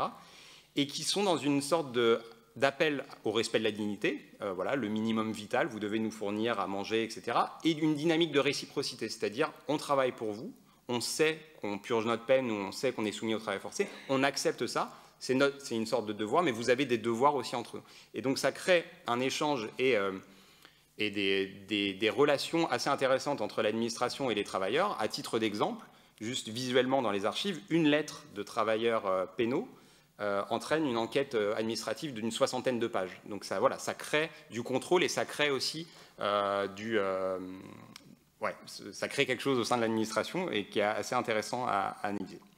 Donc sur cet aspect, l'idée était de proposer une analyse à différentes échelles, de l'échelle individuelle à l'échelle plus transnationale avec le BIT, pour sortir d'une histoire administrative, institutionnelle, et pour réfléchir en fait aux dynamiques de pouvoir au sein du territoire sénégalais, où en fait on se rend compte que l'administration coloniale oscille constamment entre coercition et impuissance, et les décisions qu'elles prennent sont souvent en fait le fruit de tâtonnements, d'improvisation et souvent de contradictions plutôt que de décisions hégémoniques et omnipotentes. Et le dernier aspect que je voulais évoquer, il me reste 3 minutes, parfait, c'est de penser au-delà du travail forcé. C'est un de mon dada depuis le début de mes recherches, c'est de penser au-delà du moment colonial et de faire aussi une histoire des années 60 après les indépendances en Afrique de l'Ouest et de repenser en fait à nouveau frais la rupture de l'indépendance ou à nouveau frais des dates ou des chronologies assez importantes. Et dans le cadre du travail forcé, il y a la loi de 1946 qui abolit le travail forcé, la loi Houphouët-Boigny. Toute la littérature s'arrête en 1946. C'est une loi qui abolit le travail forcé, mais qui ne définit pas le travail forcé et qui ne donne pas non plus les sanctions qui seraient attribuées si on continuait le travail forcé. Et j'ai analysé en fait tout le débat qu'il y a chez les coloniaux et chez les planteurs, par exemple, entre 1946 et 1952. Ce que disait Jean-Pierre, c'est qu'en 1952, il y a le Code du travail d'outre-mer, où les coloniaux, les colons, l'administration aussi essayent de trouver des manipulations pour contourner la loi Houphouët-Boigny et continuer à recruter de manière forcée, contrainte, des travailleurs. Je vais vous donner un exemple. C'est la seconde portion du contingent au Sénégal, donc une forme militaire, qui perdure jusqu'en 1952. Donc on vote la loi de 1946 en même temps que des travailleurs forcés continuent à construire par exemple le port et l'aéroport de Dakar. Pareil pour la main-d'œuvre pénale. La main-d'œuvre pénale, elle perdure jusqu'à la veille de l'indépendance. Et le deuxième aspect dont le dernier chapitre est consacré, c'est aussi qu'est-ce qui se passe après l'indépendance. On a un discours des autorités post-coloniales, donc au Sénégal, Léopold Sédar Senghor et son président du Conseil, Mamadou Dia, jusqu'en 1962.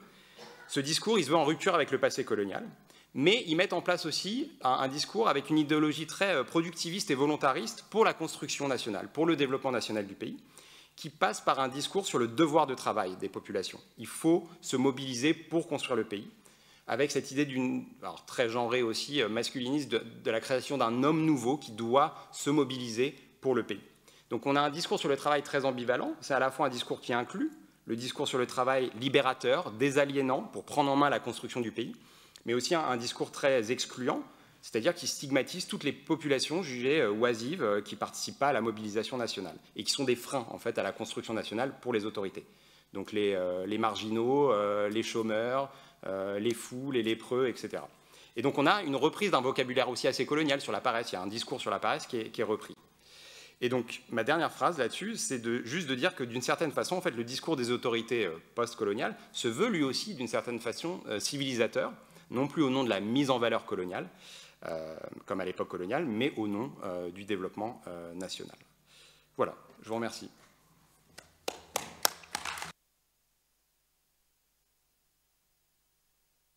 Nous avons applaudi l'ensemble des intervenantes et intervenants. Vous avez la parole. Vous la prenez, vous levez simplement la main et vous la prenez, et je pense qu'on arrivera à vous entendre. Oui, monsieur.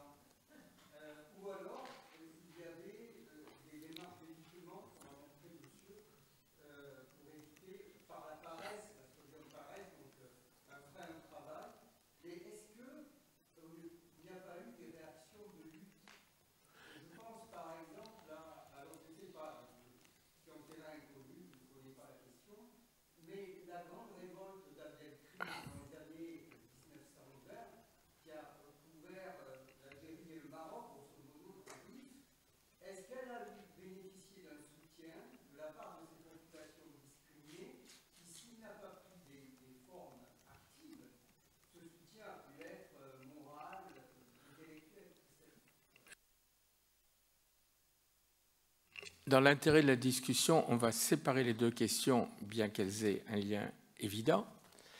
Et celles et ceux qui vont aussi intervenir se préparent, puisque nous ne disposons pas d'un temps énorme. Donc, Annick Lacroix, sur la question de fond, qui est celle de l'intersectionnalité. Ah, oui, alors moi, ça ne vous dérange pas que j'articule les deux, comme ça je ne monopolise pas le temps de parole. Non, simplement pour dire que moi, je ne vois pas du tout d'inconvénient à articuler. Enfin, vraiment, la conclusion de mon propos, c'était précisément que je pense que c'est intéressant d'articuler les différents rapports de domination dans lesquels sont pris les individus que j'ai étudiés, et notamment de travailler justement à la combinaison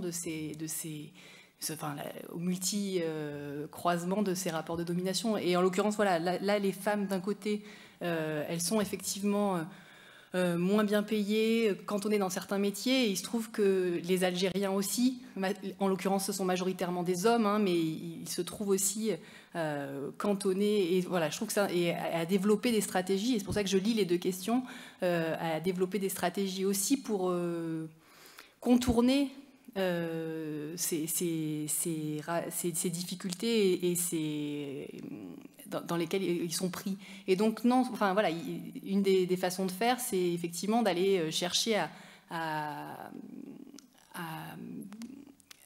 des possibilités d'évolution de carrière dans les régions les moins favorisées, et c'est ce que font les unes et les uns, c'est-à-dire les Européennes qui sont dans l'administration et les Algériens qui ont réussi à y entrer aussi.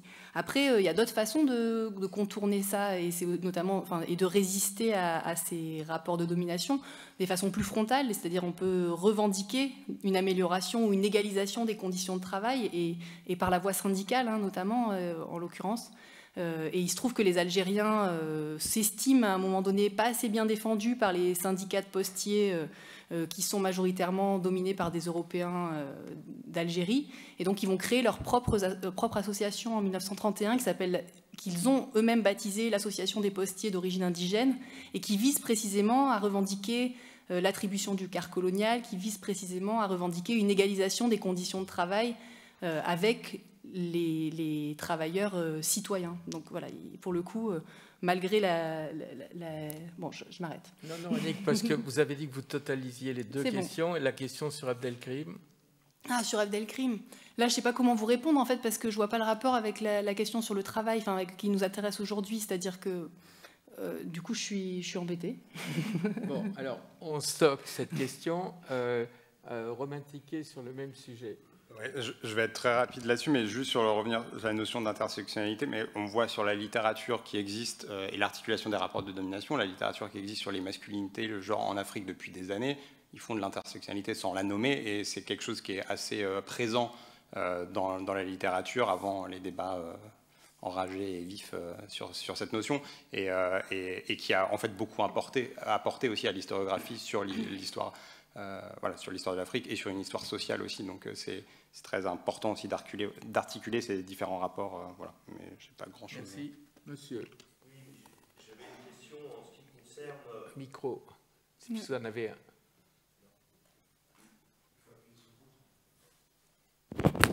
Voilà. ça marche. Bon, voilà, j'avais une question qui concerne l'Indochine.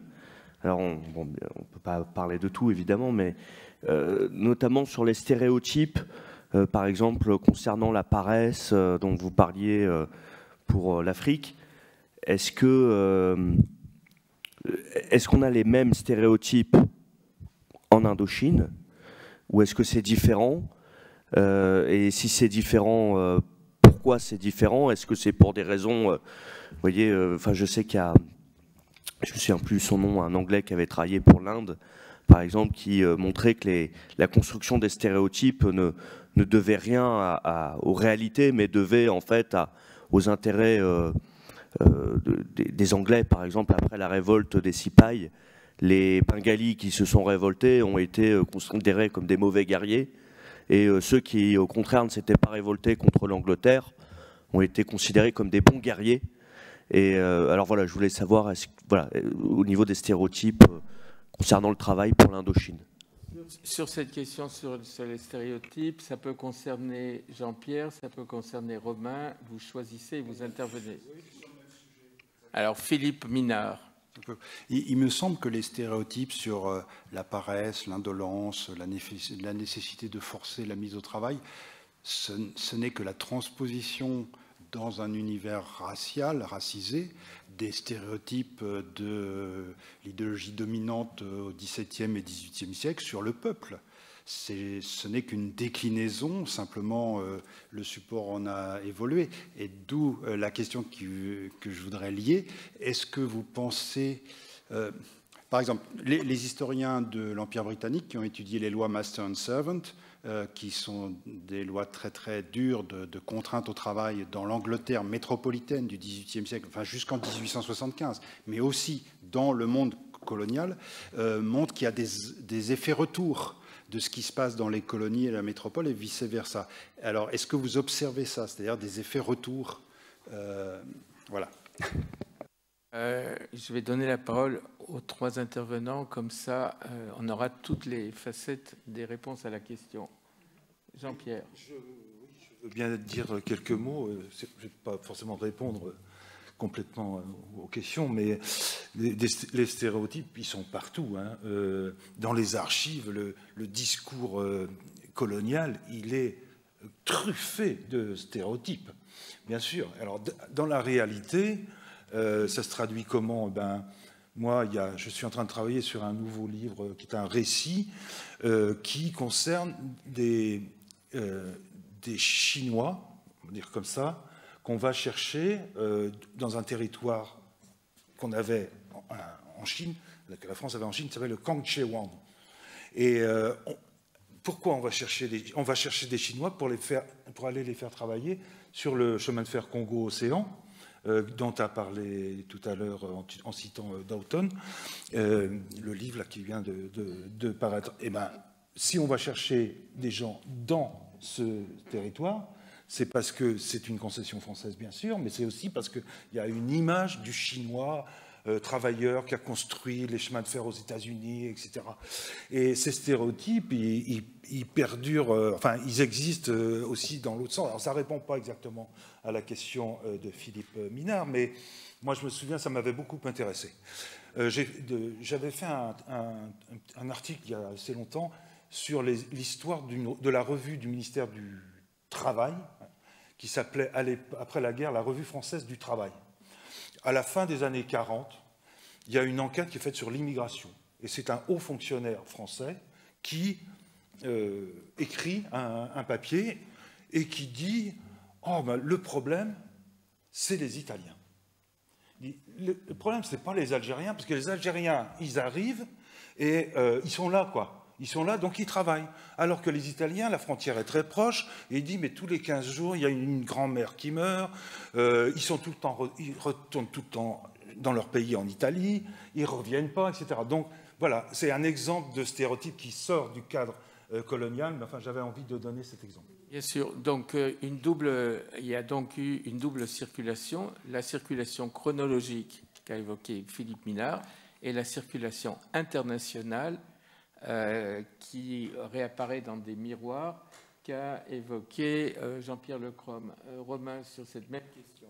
Alors, Juste rapidement sur l'effet retour, parce que sur les stéréotypes aussi, je suis d'accord avec vous qu'il y a pas la spécificité coloniale quand même, c'est l'univers racial quand même, donc qui est quand même qui est un peu la clé de voûte de la justification coloniale. Donc, mais juste sur l'effet retour, une anecdote, il y a un proverbe d'Yola qui est toujours présent, mais qui vient de la période coloniale, qui dit quand une femme donc de Casamance se marie avec un blanc, tu vas te marier avec un blanc qui quel parent de ta famille est paresseux. Et en fait, ça vient de cette idée que le blanc, à l'époque coloniale, était vu par les populations paysannes, l'administrateur colonial, comme un gros paresseux, parce que c'est voilà, le rond de cuir qui est dans son bureau de poste et qui reste dans le bureau toute la journée alors que les personnes sont au champ.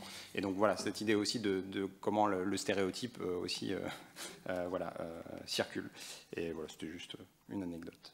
Alors, nous avons 4 interventions, alors que nous avons en théorie 5 minutes. Je vous propose que, même 5 interventions, donc je vous propose que chacune et chacun pose sa question à la suite et les intervenants et intervenantes répondront à la fin. C'est la seule manière de s'en sortir et nous essayerons de déborder un tout petit peu si la régie nous y autorise. Je n'entends pas d'objection de la régie, donc Dominique. Micro. Je reviens juste, ce n'est pas une question, je reviens juste sur les stéréotypes et sur les préjugés. Moi, j'ai étudié le Maroc et beaucoup de Marocains quittent leur campagne pour monter vers le nord où se sont installées les entreprises européennes, françaises et européennes. Et la direction des affaires indigènes observe, j'ai lu ces notes,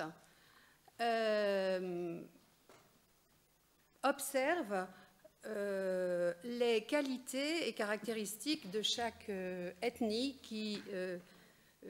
chaque ethnie qui vient travailler à Casablanca essentiellement et sur les villes côtières du Maroc. Et alors, ils sont paresseux.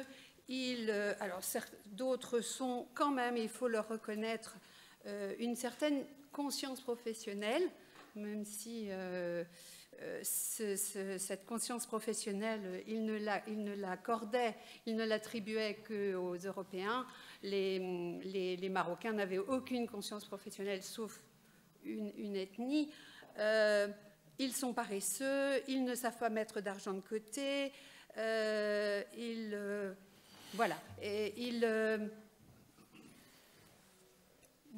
Voilà, c'est tout. Merci. Voilà. Monsieur. Donc ma question s'adresse en particulier à Madame Lacroix et Monsieur Tiquet. Sauriez-vous me dire quel était le rapport des populations donc colonisées à la religion par rapport au travail? Que disaient par exemple les imams contre le travail? Est-ce qu'il y avait un recours aux marabouts locaux pour lutter contre le travail? Quel rapport théologique on avait au travail? Et peut-être un peu plus centré à Madame Lacroix, est-ce que vous sauriez me dire s'il y avait des juifs séfarades dans l'administration de la Poste, dans ce service pour quel public? Et si oui, où et quelles étaient les particularités s'il y en avait? Merci. Alors, je remonte, j'ai une dame qui est tout en haut que je vois, mais avant, il y a des gens qui étaient plus bas. Donc, il y a Madame qui est là, mais je pense qu'il y avait aussi une dame en dessous.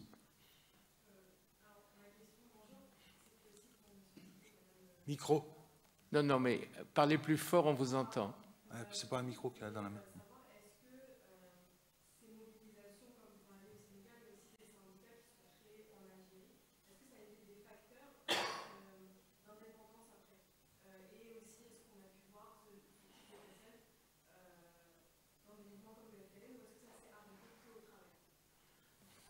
On a bien entendu votre question. Il y a donc Madame tout en haut, mais j'ai toujours l'impression d'avoir oublié... Voilà, Madame en bas, pardon, et Madame tout en haut, vous serez la dernière tout en haut. Madame.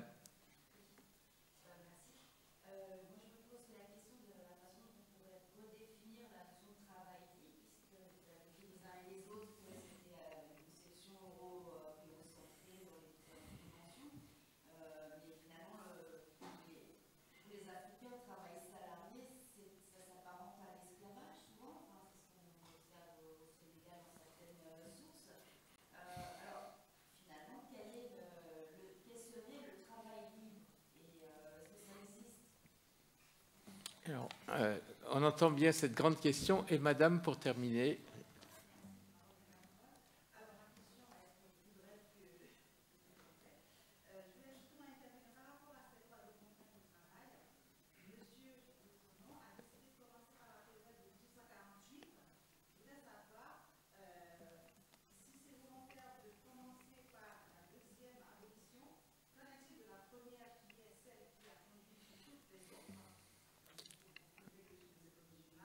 Bien sûr. On est à Haïti, je suppose.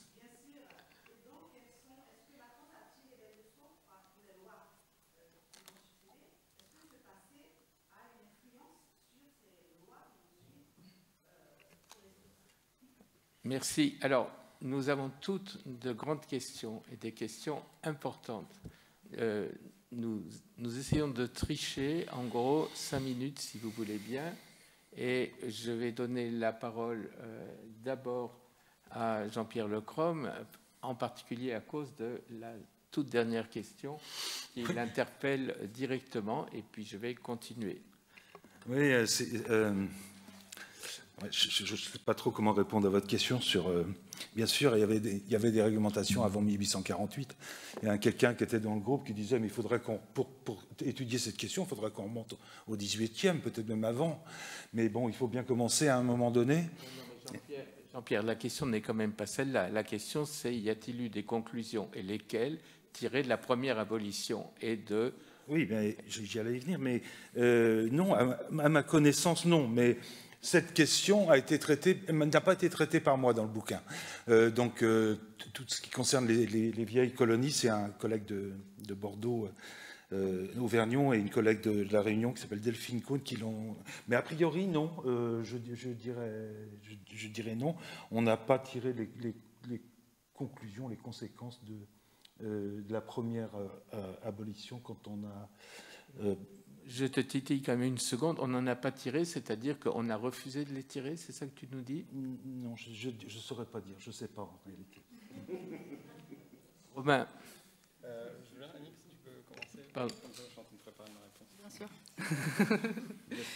sûr. Donc, ouais, qu'est-ce que je peux dire? Non, d'abord, alors très rapidement, par rapport à une question sur la question du discours qu'auraient pu avoir les imams et les autorités religieuses sur le travail. Là, pour le coup, moi, j'ai très peu d'informations parce que du point de vue que j'avais de l'administration et avec les sources coloniales, c'est pas des choses que j'ai observées. C'est-à-dire, par contre, je vois qui pourrait répondre, notamment dans le cas de l'Algérie. Je vous renverrai peut-être aux travaux de Charlotte Coureil, qui a travaillé sur les oulémas algériens sur toute la période et notamment étudié vraiment avec des sources en arabe le rapport à... Voilà, mais moi, j'ai pas croisé ça dans mes propres travaux. Sur la place des juifs séfarades, oui, les juifs séfarades sont présents dans l'administration, dans les administrations, même pas seulement dans la Poste, dans les autres aussi, dès lors que... En fait, avant même le décret Crémieux qui leur accorde collectivement la citoyenneté, ils sont considérés comme indigènes, mais certains d'entre eux étaient parfaitement bilingues et donc se trouvaient des intermédiaires entre la population colonisée, dont beaucoup d'entre eux faisaient partie, et la population colonisatrice.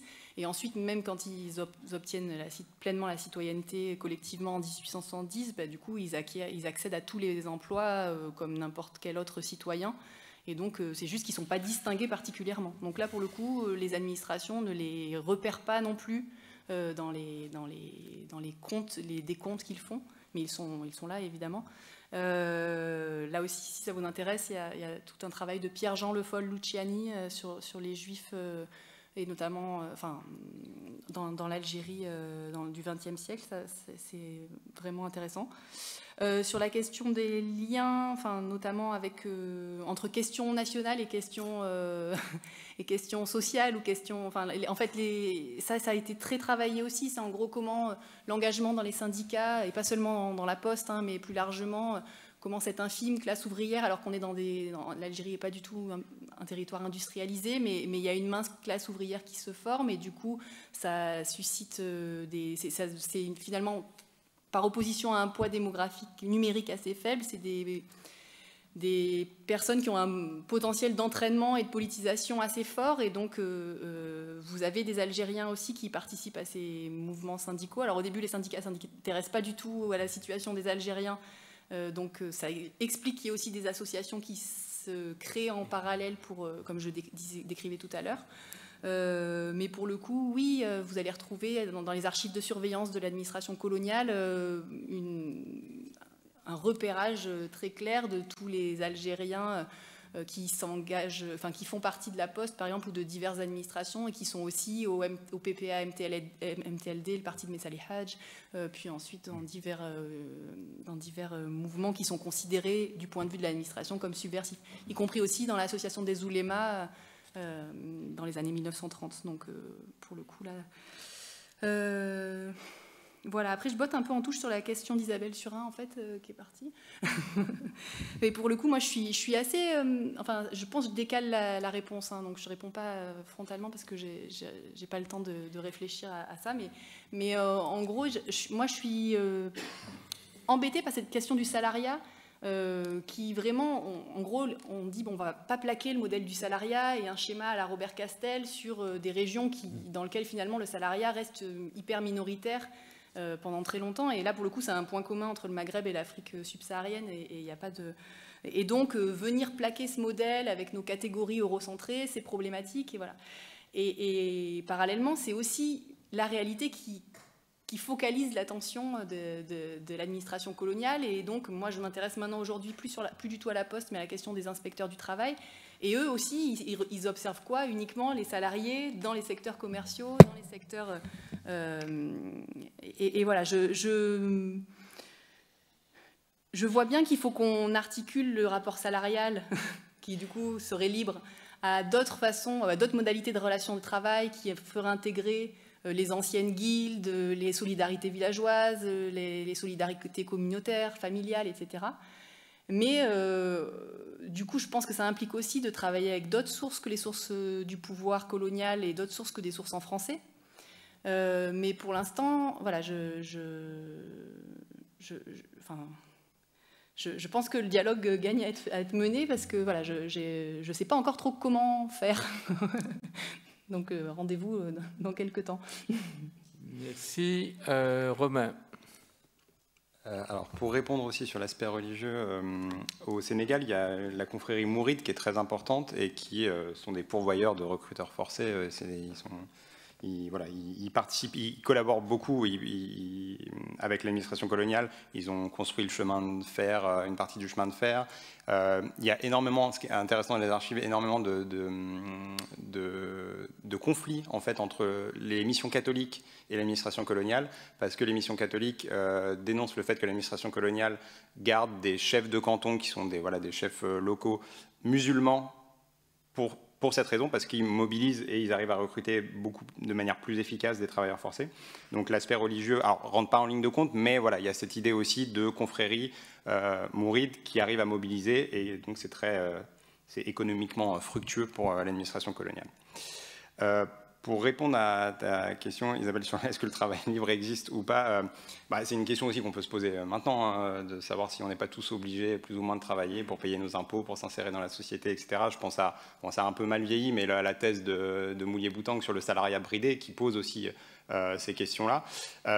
Andreas Eckert, à Berlin, a réfléchi à comment penser ces nouvelles formes de travail libre en pensant le non-travail, c'est-à-dire l'entrée, analyser à nouveau frais la catégorie travail libre ou travail salarié à travers en fait tout ce qui n'est pas considéré comme du travail. Je n'ai pas plus d'infos là-dessus, mais je trouve que c'est une entrée intéressante pour en fait essayer de réactualiser un peu ces catégories.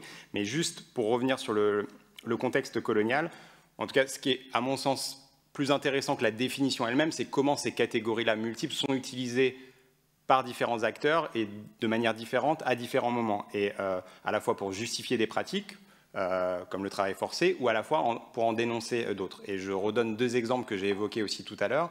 Par exemple, dans les plantations de sisal au Sénégal, les travailleurs ont un contrat et sont payés. On pourrait considérer que ce sont des travailleurs libres, salariés, sauf qu'on oublie qu'ils ont été recrutés de manière forcée dans l'ensemble de l'Afrique occidentale française.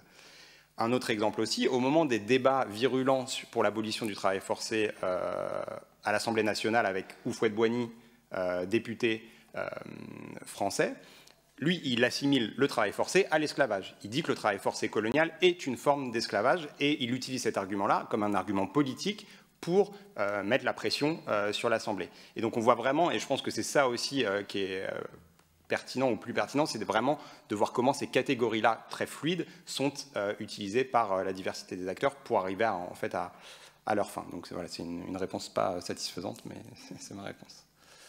Merci. Vous voyez jusqu'où nous a mené notre discussion. Nous sommes partis de la nomination, de la race, du genre, et nous avons rajouté les religions et les catégories dans lesquelles les dominants et les dominés jouent, et nous avons gardé en présence à l'esprit la résistance. C'est une des manières de penser les frontières du travail. Merci beaucoup à toutes et à tous.